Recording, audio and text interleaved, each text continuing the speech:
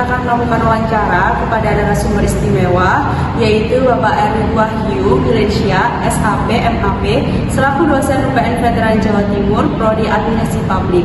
Sebelumnya, kita akan memperkenalkan kelompok kami terlebih dahulu. Halo, kita dari kelompok 8. Saya Sabrina Dea Fatmawati, NPM Akhir 271. Dan saya Anissatul Indra Aziza, NPM Akhir 279. Saya Zarin Aurana Selasa Fitri, NPM Akhir 272. Saya Fauzia Salsabila Rahma, NPM Akhir 275.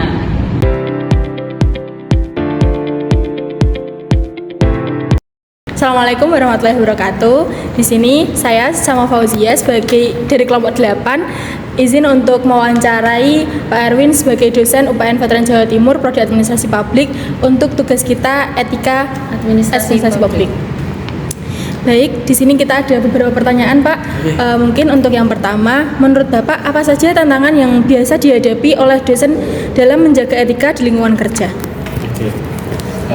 Terima kasih ya pertanyaannya. Jadi pertanyaan pertama tadi adalah bagaimana tantangan ya saya sebagai dosen dalam menjalankan etika di lingkungan kerja.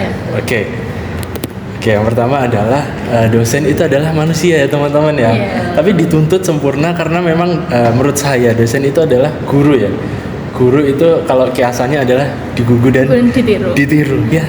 Makanya, misalkan etikanya ya, etika sebagai dosen, etika moral itu harus mencontohkan perilaku yang baik, perilaku yang sesuai dengan ideal yang ada di masyarakat gitu ya. Pokoknya gambarannya itu adalah perilaku yang paling baik, paling sempurna kayak gitu nggih.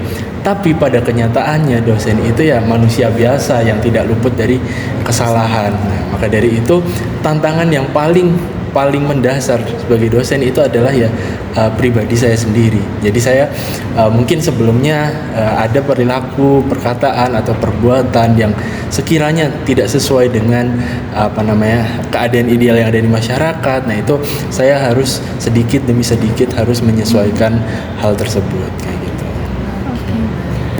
Baik Pak, untuk pertanyaan selanjutnya mungkin bagaimana pendapat Bapak jika ada sesama dosen yang melanggar etika di dalam instansi, begitu? Bagaimana kalau saya menemukan dosen lain yang melanggar etika. Oke. Yang pertama itu pasti ada aturannya ya. Jadi nggak serta-merta langsung lapor gitu nggak. Saya menegurnya dahulu ya. Ketika hal itu tidak sesuai dengan etika, sesuai dengan peraturan, saya akan menegur secara langsung. Dengan menegur secara langsung itu akan membuat lebih terbuka ya antara kedua belah dosen kayak gitu. Kemudian diingatkan secara baik-baik gitu ya. Namun ketika pelanggaran itu sudah masuk ke pelanggaran berat ya teman-teman ya, pelanggaran yang sekiranya saya sudah tidak bisa untuk didiskusikan, betul ya, sekiranya sudah tidak bisa untuk saya tangani sendiri ya, makanya itu akan dilaporkan ke atasan kayak gitu. Oke, baik Pak. Berikutnya, menurut pendapat Bapak bagaimana dengan ASN saat ini yang semakin banyak melanggar UU nomor 5 tahun 2014? Menurut Bapak, pendapat Bapak gimana ya? Semakin banyak Oke. Ya, sekarang kan banyak ASN yang melanggar aturan-aturan ya. Oke, tanggapan saya kontra ya. Ya, kontra. Masa ya ASN melanggar peraturan gitu kan, kontra sekali ya. Ya karena memang aturan ada itu untuk dipatuhi, bukan untuk dilanggar. Betul sekali seperti itu. Jadi tanggapan saya terhadap itu adalah kontra atau tidak setuju seperti itu. Baik, menurut Bapak bagaimana kita sebagai mahasiswa saat ini mempersiapkan diri untuk menghadapi dilema etika di masa depan?